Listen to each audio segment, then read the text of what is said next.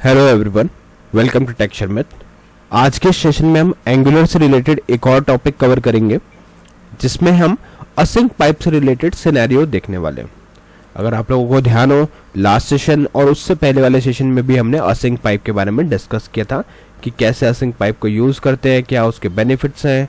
एक बार हमने उसको प्रॉमिस के साथ यूज़ किया था और एक बार हमने उसको अपने जो ऑब्जर्वेबल्स हैं उसके साथ में यूज़ किया था। ठीक है, आज के सेशन में हम देखेंगे कि असिंक को एज कीवर्ड के साथ कैसे यूज करते हैं या उसका असिंक एज सिंटैक्स क्या होता है। ठीक है, तो बेसिकली इसकी डेफिनेशन से स्टार्ट करेंगे कि क्या डेफिनेशन है, क्यों हमें यूज करना चाहिए, और फिर इसके स्टेप बाय स्टेप प्रैक्टिकल जो भी प्रोसेस है वो मैं आपको एक्सप्लेन करूंगा कि कैसे हम इसका एक कोड लिख सकते हैं और अपने प्रोग्राम में यूज कर सकते हैं जब भी आप किसी प्रोजेक्ट में इसको यूज करना चाहो। ठीक है, बट सेशन शुरू करने से पहले जस्ट एक रिकमेंडेशन है कि अगर अभी तक आप लोगों ने पहले वाले सेशंस नहीं देखे हैं तो आप पहले उनको देख सकते हो, क्योंकि ये जो पूरी प्लेलिस्ट है एक प्रॉपर सीक्वेंस और सिंक में है।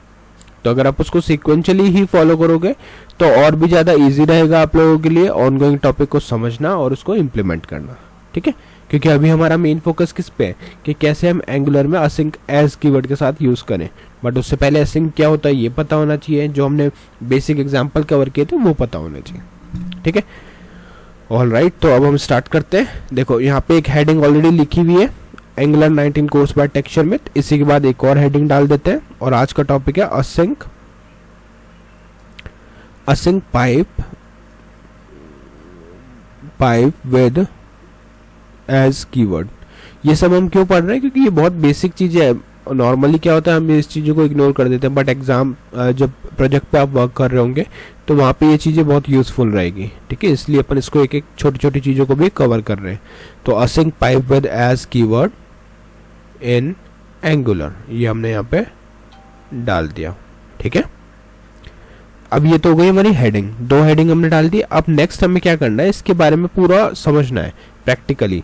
तो डेफिनेशन से स्टार्ट करते हैं। तो अगर आपसे कोई पूछे कि असिंक पाइप क्या होता है तो आप सिंपल कह सकते हो कि असिंक पाइप जो है उसको हम एज कीवर्ड के साथ यूज करते हैं तो वो अलाउ करता है यूजर को स्टोर करने के लिए अनरैप्ड ऑब्जर्वेबल और प्रॉमिस वैल्यू को लोकल वेरिएबल के अंदर, किस लिए, क्लीनर रियूजेबल टेम्पलेट कोड के लिए।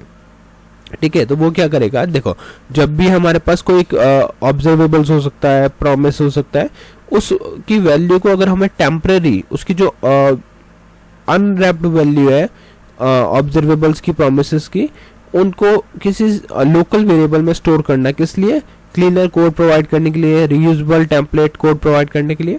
तो उस सिचुएशन में हम क्या यूज करते हैं, हम यूज करते हैं async pipe with as keyword. ठीक है, अब इसका बेनिफिट क्या है, देखो ये तो हमें समझ में आ गया कि क्यों करते हैं, बट इसका बेनिफिट क्या है। तो ये क्या करता है, अवॉइड करता है रिपीटिंग द असिंक पाइप, है ना। असिंक पाइप है जैसे अभी नॉर्मली अगर आप किसी चीज को लिखोगे तो क्या करोगे, आप बार बार असिंक पाइप यूज करोगे। सपोज आपके पास कोई एक ऐसा वेरिएबल है जिसमें मल्टीपल इन्फॉर्मेशन स्टोर्ड है ना। कोई ऑब्जेक्ट हो सकता है ऑब्जर्वेबल के फॉर्म में या पाइप उसके प्रॉमिस के फॉर्म में। तो अगर उसके साथ आप बार बार असिंक पाइप यूज करोगे तो वो काफ़ी ज़्यादा रिपीटेटिव होगा और इम्प्रूव अपनी जो परफॉर्मेंस है उसको भी अफेक्ट करेगा, है ना। वो इतना ऑप्टिमाइज नहीं रहेगा, तो इसलिए हम यूज़ करते हैं अपने असिंक को एज कीवर्ड के साथ। ठीक है, ये तो हो गई थियोरेटिकल बातें। अब हम इसको प्रैक्टिकल करने के लिए अपन क्या करेंगे, पहले इसका कोड लिखेंगे और उस कोड को फिर हम समझेंगे एक एक करके स्टेप बाय स्टेप कि कैसे वो वर्क कर रहा है। ठीक है, तो उसके लिए चलते हैं अपन अपने app.component.html फाइल पे, app.component.css फाइल पे। अब इस ts फाइल के अंदर हमें क्या करना है, एक ऑब्जर्वेबल बना सकते हैं अपन। तो यहाँ पे एक वेरिएबल बनाता हूँ मैं यूजर डिटेल नेम से, यूजर डिटेल्स। ठीक है, इक्वल, अब यहाँ पे मुझे ऑब्जर्वेबल बनाना है तो OF लिखूंगा, एंटर करूंगा। देखो जैसे ही मैं एंटर करता हूँ यहाँ पे ऑटोमेटिकली ये वाली जो लाइन है वो ऐड हो जाती है, मतलब अब हम इसमें यूज कर सकते हैं। अगर ये ऐड नहीं होगी तो वो आपको मैनुअली करना पड़ेगा, अदरवाइज ये वर्क नहीं करेगा। ठीक है, पैरेंथेसिस आ गया, पैरेंथेसिस के अंदर डबल कोट्स, कर्ली ब्रैकेट्स आ गए। और अब इसके अंदर हम एक एक चीज को सेट करेंगे। जैसे हमने यहाँ लिख दिया नेम, तो यहाँ पे नेम आ जाएगा आपका क्या, जो भी नेम आपको डालना। फॉर एग्जांपल मैंने यहाँ डाल दिया टेक शर्मित। ठीक है, फिर आएगा एक कॉमा, कॉमा के बाद में हम लिखेंगे ईमेल, और ईमेल के बाद आ जाएगा आपका यहाँ पे क्या abc@gmail.com। ठीक है, ये हमने कुछ आईडी यहाँ पे सेट कर दिया। और फिर इसके लास्ट में हम क्या करेंगे, एक सेमीकोलन दे देंगे इसको सेव करने के लिए। परफेक्ट, तो ये हमारा बन गया। बट क्या इतना ही रिक्वायरमेंट है हमारे लिए? नहीं। देखो ऑब्जर्वेबल में हम अब इस एग्जांपल में हमें क्या करना है, फॉर लूप भी यूज़ करना है और हमें पाइप भी यूज़ करना है। तो उसके लिए आपको कॉमन मॉड्यूल तो इंपोर्ट करना ही पड़ेगा। तो यहाँ लिख देंगे कॉमन मॉड्यूल और एंटर। तो जैसे एंटर किया, कॉमन मॉड्यूल यहाँ पे सक्सेसफुली इंपोर्ट हो चुका है। तो अभी तक हमने क्या किया, एक कॉमन मॉड्यूल इंपोर्ट किया, एक ऑफ इंपोर्ट किया RxJS से, कॉमन मॉड्यूल किया एंगुलर और /कॉमन से, और एक यहाँ पे ऑब्जेक्ट की फॉर्म में हमने ऑब्जर्वेबल बना दिया। ठीक है, अब अपनी रिक्वायरमेंट क्या है? अपनी रिक्वायरमेंट है कि हमें ये वैल्यूज वहाँ पे प्रिंट करनी है। और ऑब्जर्वेबल्स क्या होता है, देखो यहाँ पे हम क्या कर रहे हैं, अभी ये स्टैटिक है, बट आप ऐसा अज्यूम कर सकते हो, एक हम ऐसा सिनेरियो बना रहे हैं जहाँ पे हम ऐसा अज्यूम कर रहे हैं कि ये डेटा API से भी आ सकता है ना, किसी थर्ड पार्टी टूल से भी आ सकता है। मतलब ये स्टैटिक नहीं है, ये डायनामिक ही हो सकता है, आप किसी यूजर से भी इसको ले रहे हो। तो अब इस तरह की सिचुएशन में ये इसको और बेटर वे में समझने के लिए आपको असिंक के जो पहले वाले 2 सेशन है वो देख लेने चाहिए, तो उससे आपको क्लियरिटी मिल जाएगी। ठीक है, अब यहाँ पे हम क्या करेंगे, अब हमारे को प्रिंट कराना है इनको, है ना, इन वैल्यूज़ को। बट प्रॉब्लम क्या है कि अगर आप असिंक को बार बार यूज़ करोगे, जैसे अगर एक सिंटेक्स तो ये होता है, जैसे अगर आप यहाँ पे मैं p टैग लिखता हूँ, पहले एक बार इतना रन करके देखते हैं, ng serve -open enter. Enter करने के बाद में आपको आउटपुट दिखेगा ब्राउज़र पे, जो कुछ इस तरह से आ रहा है ना, async pipe with as keyword in Angular. ठीक है, ये आ गया। अब इसको नॉर्मली हम क्या प्रिंट करते हैं, जैसे कभी प्रिंट करना हो तो आप या तो एक अप्रोच आप ये सोचोगे कि नेम लिख देते हैं, डबल कर्ली ब्रेसेस डालते हैं और उसके अंदर लिख देते हैं यूज़र डिटेल्स, और फिर एक पाइप दे देंगे, उसके बाद में असिंक दे देंगे, और यहाँ पे इसको आप यहाँ पे एक सिंगल पैरेंथेसिस में दोगे। ठीक है, और इसके बाद में एक क्वेश्चन मार्क दे दोगे डॉट नेम के लिए, डॉट नेम।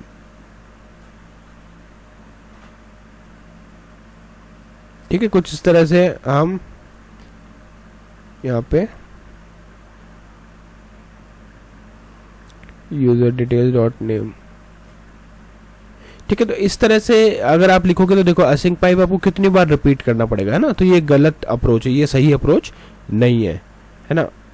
तो अब आप क्वेश्चन आता है कि फिर इसको सही वे में कैसे लिखा जाए, क्या इसका बेटर अप्रोच है। तो मैं आपको कंफ्यूज ना करते हुए, अदरवाइज क्या होगा, आप गलत अप्रोच समझ जाओगे, इसलिए मैंने बीच में वो चीज़ बंद कर दिया। मैं आपको दिखाता हूँ डायरेक्टली इसको यूज़ कैसे करना है ना, अदरवाइज रॉन्ग अप्रोच से इंट्रोड्यूस हो जाओगे। तो यहाँ लिखेंगे ng कंटेनर,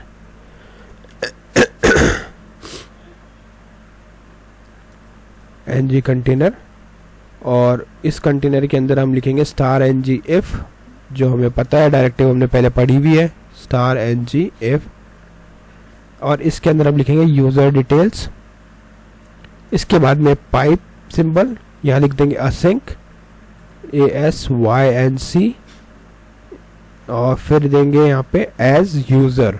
ठीक है, तो यहाँ पे हमने असिंक पाइप को यूज कर लिया। अब यहाँ पे इतना इजी हो जाएगा इस चीज को प्रिंट कराना, क्योंकि अब हम पैराग्राफ लिखेंगे, पैराग्राफ के अंदर लिखेंगे पहले name colon double curly braces user dot, user यहाँ पे यूजर आ जाएगा अब, क्योंकि हमने उसको कीवर्ड दिया हुआ। ठीक है, यूजर डॉट नेम, परफेक्ट। तो ये क्या करेगा, नेम को प्रिंट कर देगा।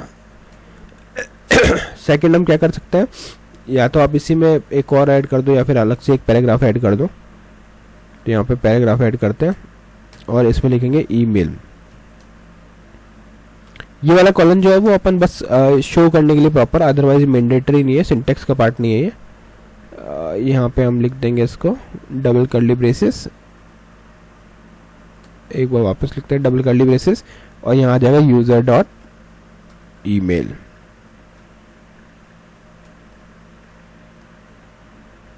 परफेक्ट। ठीक है, तो अब अगर आप इसका आउटपुट देखोगे तो आपको दोनों चीज़ यहाँ पे मिल रही है, नेम में क्या आ गया टेक्सचर में, ईमेल में क्या आ गया abc@gmail.com। और ये सबसे अच्छी बात है, ये डायनेमिक रहेगा। जब आप आगे एपीआई वगैरह यूज़ करोगे तब आपको इसका बेनिफिट समझ में आएगा कि क्यों हमने इस तरह का ये किया, है ना। और स्टार्टिंग के फर्स्ट 2 सेशन देखोगे तो भी क्लियर हो जाएगा, क्योंकि वहाँ पे अपन ने ये डिटेल में डिस्कस किया था कि एक्चुअल में असंक पाइप का यूज़ क्यों होता है। ठीक है, तो आई होप आज का ये पूरा सेशन क्लियर हो गया होगा। नेक्स्ट सेशन में हम बाकी टॉपिक डिस्कस करेंगे। So thank you for watching tech शर्मत।